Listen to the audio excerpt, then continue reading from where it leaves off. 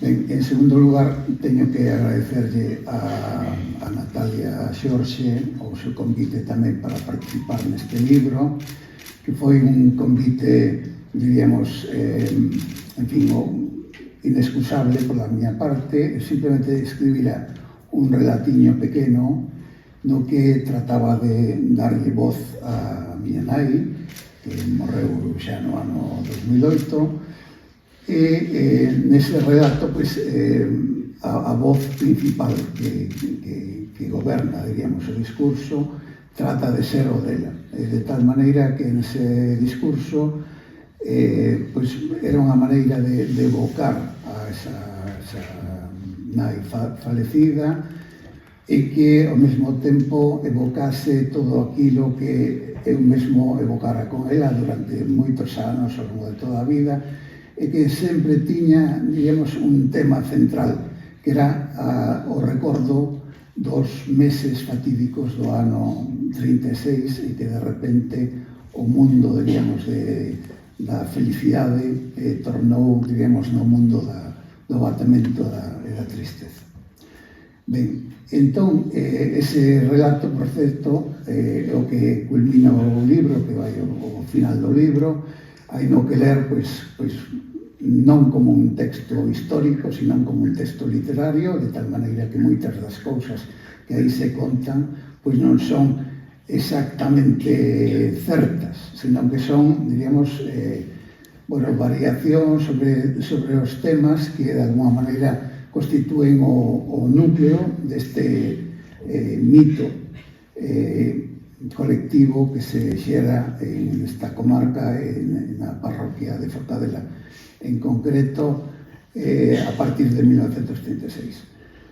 Teño que decir tamén que, aínda que este é un libro moi importante, estamos a espera de que a coordinadora deste volume saque a luz a súa tese de doutoramento, que pensamos que vai ser realmente definitiva no que é a investigación histórica exhaustiva de todo o acontecido naquele tempo, por medio dun método que a min me resulta moi interesante, que é o aproveitamento do mito, é dicir, do relato oral colectivo, para ir xustificando e testemunhando cada un dos feitos dos que se ten máis ou menos unha certa constancia.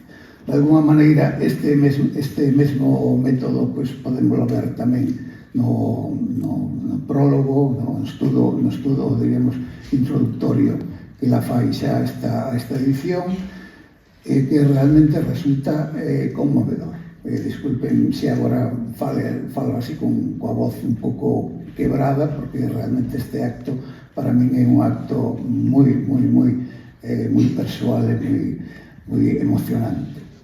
Ben, por suposto, darles as grazas a todos vostedes por estaren aquí agora. Creo que isto é un contributo inesquecible. Contábame Natalia hai un pouco que cando se presentou a primeira edición deste libro en Redondela había 30 persoas, e hoxe, en fin, non fai falta contar o número, pero creo que vemos amplamente amplificada esa cifra, non?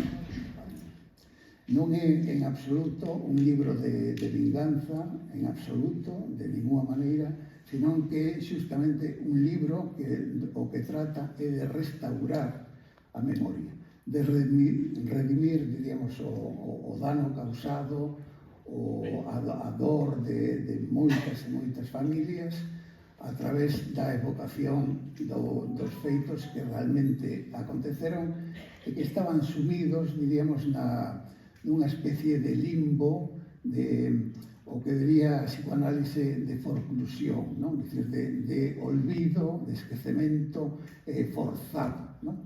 Ben, neste libro hai 5 mulleres que para min son absolutamente protagonistas. En primeiro lugar, Josefa García Segret, que ten ese novo, ese segundo apelido tan máxico e tan maravilloso, ese Segret catalán, que de alguma maneira evoca o segredo, como si xa desde a súa mesma denominación, diríamos, Xosefa estivese xa predestinada para ser a muller que acabaría desvelando o segredo que hoxe estamos aquí, digamos, facendo público, non?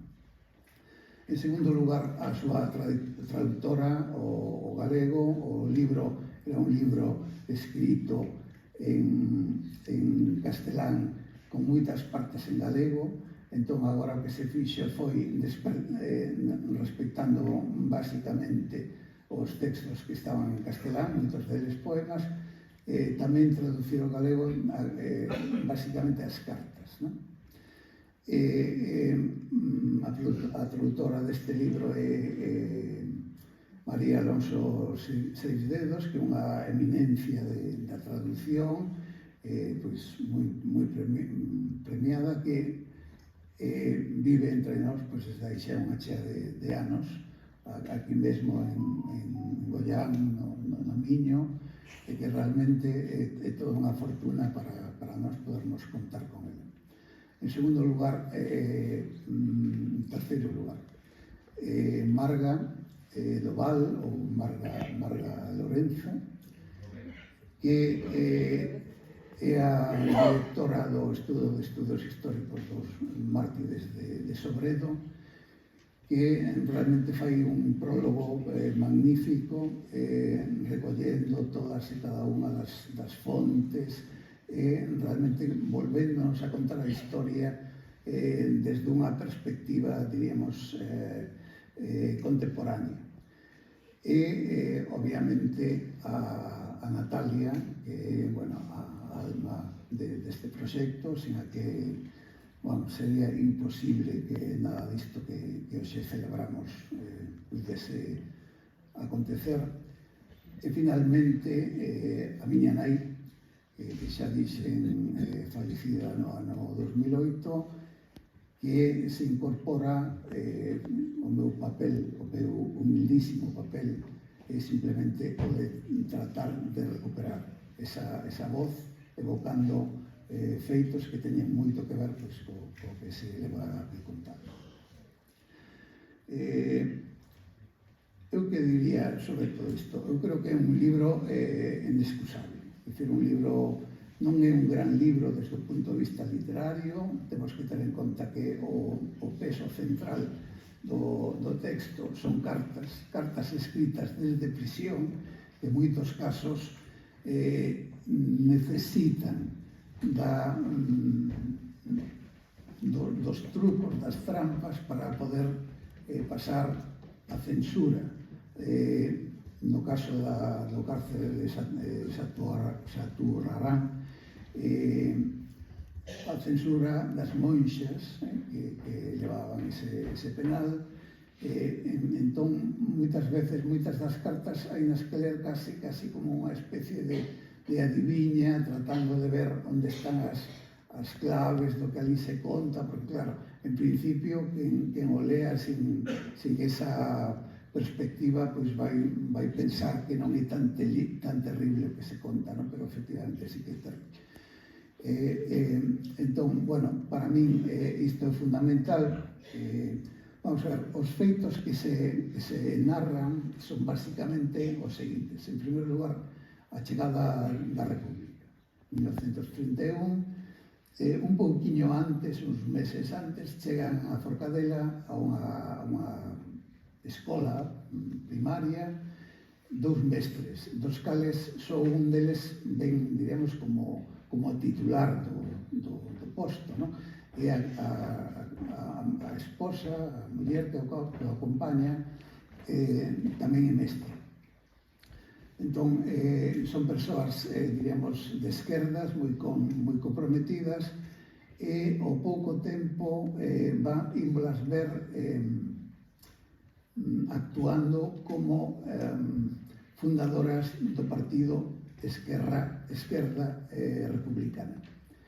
no que van estar, entre outras persoas, pois o meu avó materno, Xosé Álvarez, Xosé da Ponte, o meu tío avó, Marcial Barreiro Álvarez, en fin, ese núcleo realmente o que vai facer vai ser desenvolver unha política de resistencia contra a dereita caciquil españolista que trata por todas as vías, de todas as maneiras, de impedir que os labregos, por exemplo, reivindiquen os seus dereitos, etc.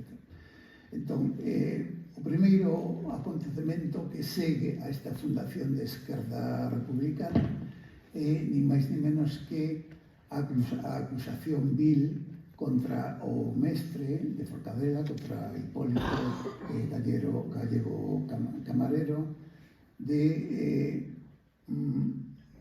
dun caso de abusos sobre o seu alumnado.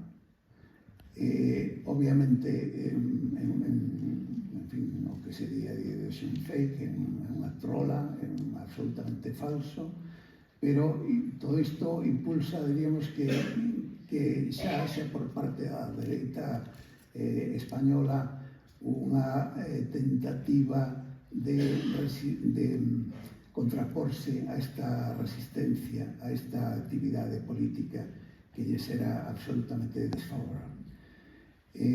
Inmediatamente despois diso, en fin, ven o golpe de Estado, obviamente, e aí hai un momento moi curioso, que é o que se chama a Semana Marxista, que van, bueno, no mito popular, que é a semana que Forcadela resiste a chegada das tropas, digamos, sublevadas, non? Entón, ese son unha serie de feitos nos que intervoñen pois, unha chea de persoas de toda a aldea, e está o famoso episodio da boadura, bueno, que finalmente non é efectiva, pero da Pontella que está pois ali no esteiro, no inicio, na entrada de Forcadela, vindo desde Tui, e a partir de aí prodúcese a detención e fuga do mestre. É dicir, que hai un episodio que é a súa detención e hai un segundo episodio fundamental que é a fuga. É dicir, o feito de que van a acusar os dous gardas que o levaban detido, de que o deixaron escapar. Non dubido que isto fose así, pero de alguma maneira este vai ser un detalle fundamental. É dicir, o feito de que hai unha detención e unha fuga. O terceiro, o seguinte dos episodios é a rapa das 7 mozas que son todas elas fillas ou parentes de destacados membros desta resistencia. Entre elas está, obviamente, a miña nai. En concreto, había tres mozas de Forcadela, Carmen Ribeiro, Carmen do Picó, Consuelo Álvarez Alonso, que era a miña nai. E logo, para min, aparece o episodio seguramente máis terrible de todos eles, que é a detención, tortura e morte de un auténtico inocente, que era Leandro Cal Álvarez, que, por certo, non só, en fin, pasa isto que acabo de dicir, sino que, ademais, o seu cadáver desaparece. De tal maneira que comentaba hai un pouquinho con María Xosé Queizán, que ten agora nos escenarios unha obra da súa autoría que se chama Antígona, pois que realmente este episodio da nosa Antígona. Dicir, nós temos en Forcadela temos unha Antígona, unha tragedia dunha irmá Carmen Cal que non pode enterrar o seu irmá, porque o seu cadáver desaparece. Dicir, foi tan terrible como que foi o corpo xa torturado e ferido, foi arrastrado, atado a unha corda por un camión desde Forcadela, desde o mesmo centro de Forcadela ata o río Tamuxe. Unha leiteira, pois, chegou o día seguinte pola mañá dicindo: ai, Deus mío, que hai aí, hai un señor morto aí que está desfeito e tal. Bueno, esa é a tragedia. E finalmente, os dous episodios que xa todos coñecemos, que son os que centran realmente o discurso de Josefa García Segret, que son o episodio da